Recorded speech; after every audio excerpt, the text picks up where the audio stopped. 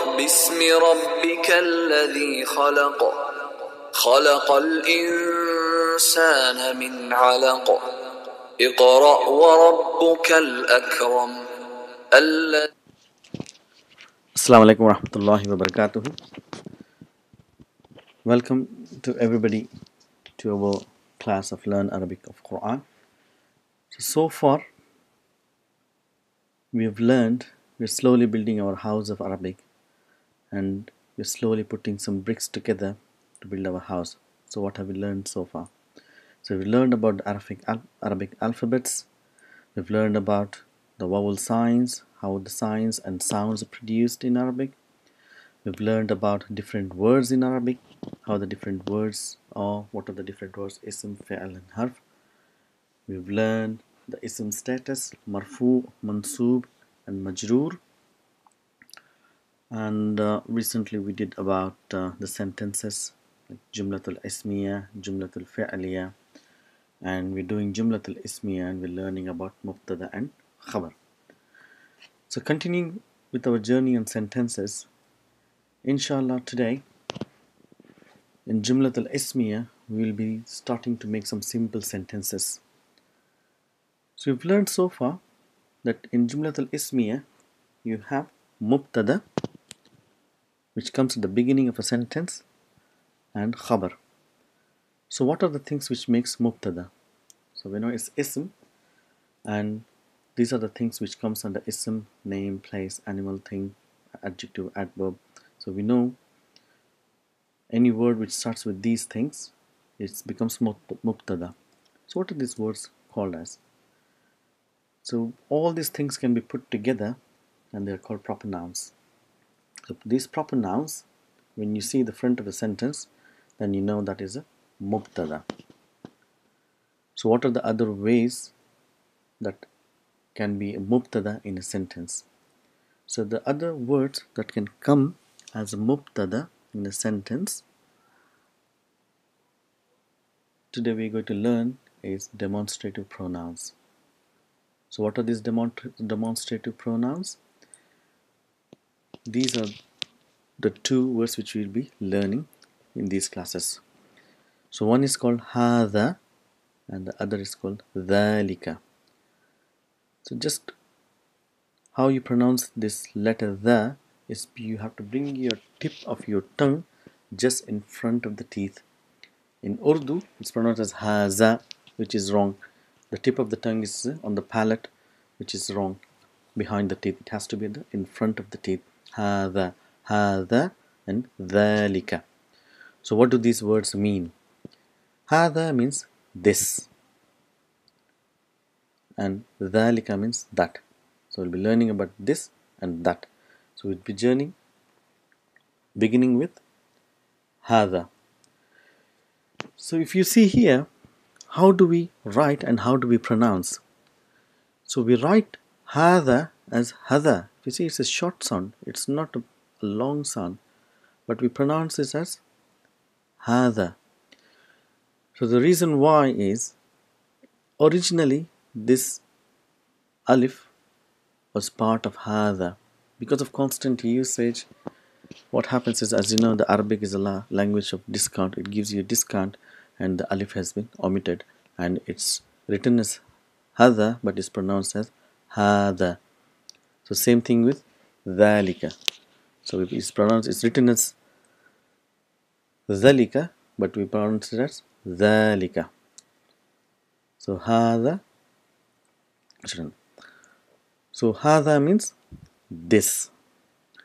So when do we use this? We use this pronoun to point things which are nearer to us. Anything which is close to us, we say this. So let's give an example. So if we say Hadha baytun. So we know literally it means this house, but we translate it as this is a house. So we insert an is. So I'm going to tell a little bit more about how to figure out when to put the is. So if you see two words and there is no connection in between them, There is no other word coming in between them, and there is no other way of establishing any connection. They're not directly related to each other. Then at that point, we can insert an is. If you see here, Hadha is a demonstrative pronoun, and Baitun is a noun. So there is no connection in between them. So what we can do is, instead of just saying this house, we can say this is a house. So when there is no connector between two nouns, then we can insert is. So let's do some more examples to practice Hadha. If you say Hadha babun, this is a door. Hadha masjidun, this is a masjid. So how do we say this?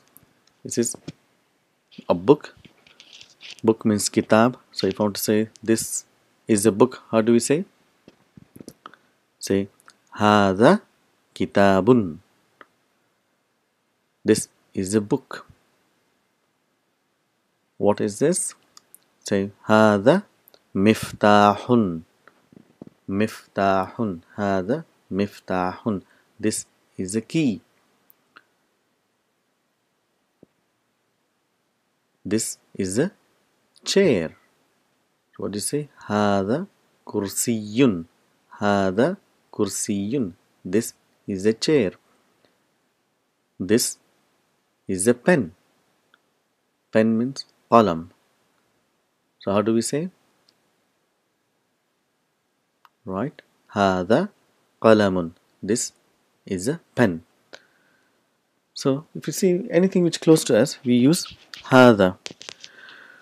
So today we'll be learning a little bit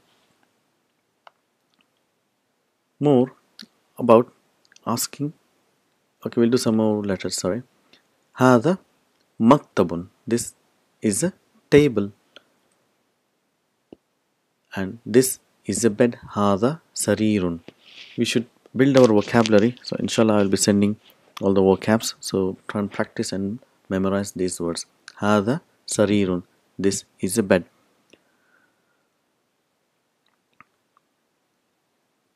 So we'll see something about asking questions. If you're telling what is this, then we say this is a table. So what are the particles to ask questions? So like we in English we got what, when, how, where. So today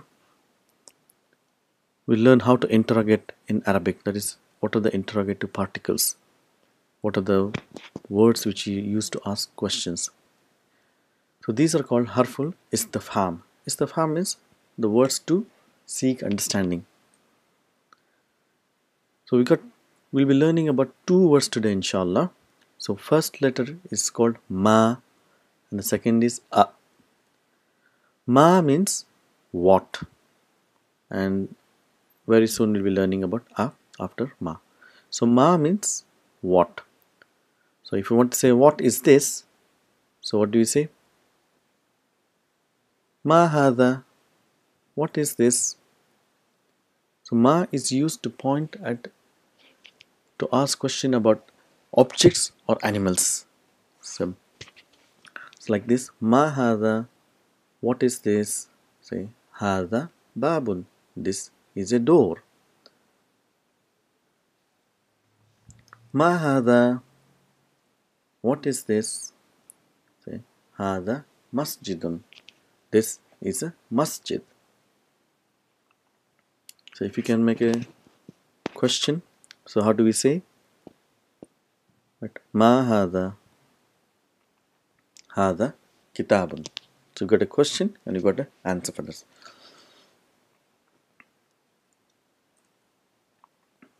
So again, how do we ask question?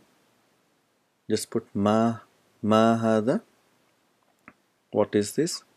Hadha miftahun. So this is a simple way of asking question about any objects or animals.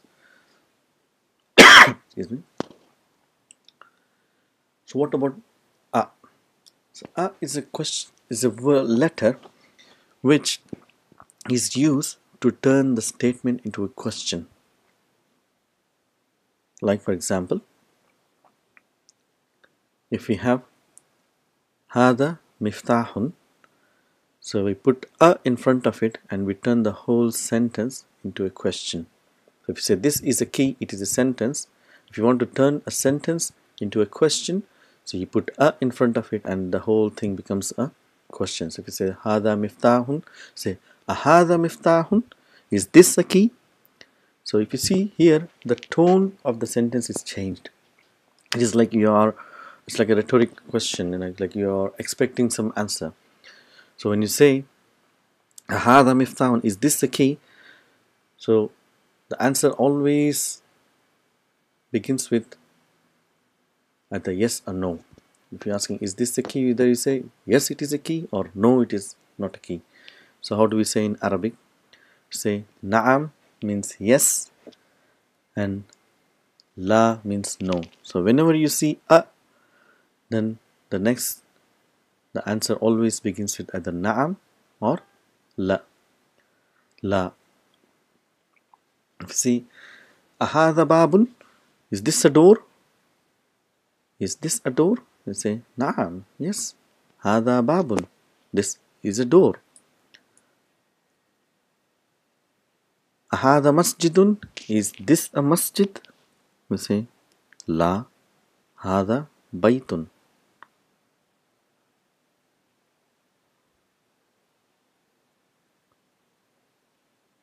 Ahadha qamisun, Ahadha miftahun, is this a key? Say La, Hadha qamisun.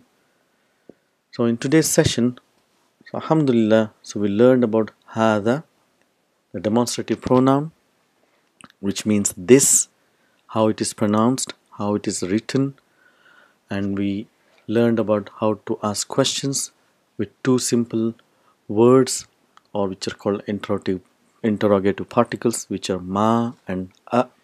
Ma is a simple way, of course, asking questions, what is this? And a is as like a rhetoric questions, returning the whole sentence into a question, and is always answered with naam or la. Inshallah, we'll continue in our next session. Assalamu alaikum wa rahmatullahi wa barakatuh.